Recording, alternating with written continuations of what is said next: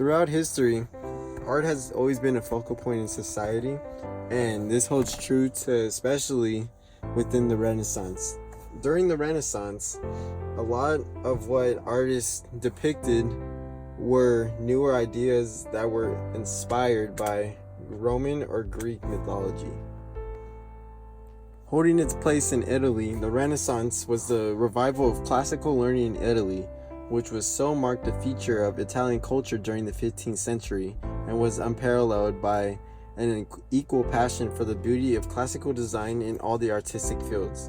And when this eager delight in the then fresh and sensuous graciousness that is the mark of much classical work to the Italians of that time, seemingly the expression of a golden age, became universal, complete domination of the class ideal in art was inevitable.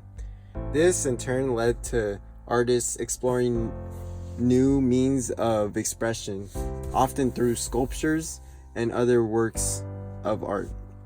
According to Britannica, sculpture was the first of the arts in Florence to develop the new stylistic features and artistic concerns that are identified as the Renaissance style.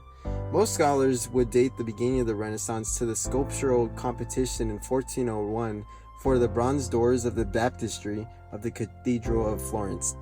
Now, today I'm going to be talking about sculptures and their importance in and during the Renaissance, and why they are more important than other muses of arts. First of all, sculptures were known to be the focal point of historic city centers, and portrait sculptures, particularly busts, which became popular later in Florence following Donatello's innovations. To start off, Donatello was a deeply influential sculptor from Florence who is best known for his work in bas relief, a form of shallow relief that he used as a medium for the incorporation of significant 15th century sculptural developments and perspectival illusion. Donatello received his early artistic training in a goldsmith's workshop and then trained briefly in Ghiberti's studio before undertaking a trip to Rome with Filippo Brunelleschi, where he undertook the study and excavation of Roman architecture and sculpture. In his bronze sculpture David, Donatello created it for the court in the Palazzo Medici. Conceived entirely in the round and independent of any architectural surroundings, it was the first known freestanding nude statue produced since antiquity and represented an allegory of civic virtues overcoming brutality and ignorance. This sculpture represented a particularly important development in Renaissance sculpture, the production of sculpture independent of architecture. Unlike the preceding International Gothic style, where sculpture rarely existed independent of architecture. Moving on from Donatello's bronze statue David, we move on to Michelangelo's Pieta, which was another really significant and important piece in Italian Renaissance history. The Pieta, or in English terms, the Pitti, is a work of Renaissance sculpture by Michelangelo Buonarroti, which was housed in St. Peter's Basilica in the Vatican City.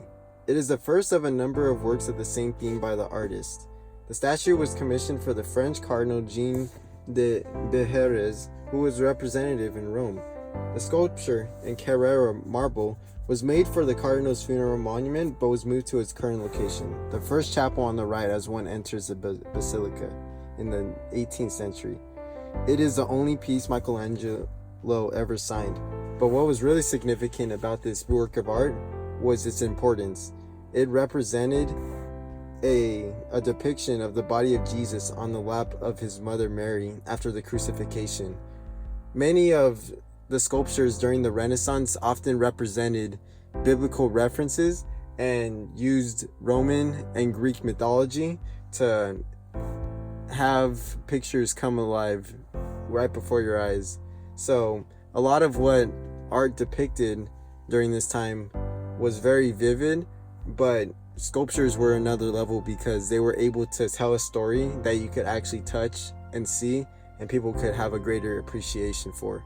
Since they were enlarged really big pieces at the time, they really outmassed the number of paintings that artists were doing during this time and showed more significance in its arrival and portrayal.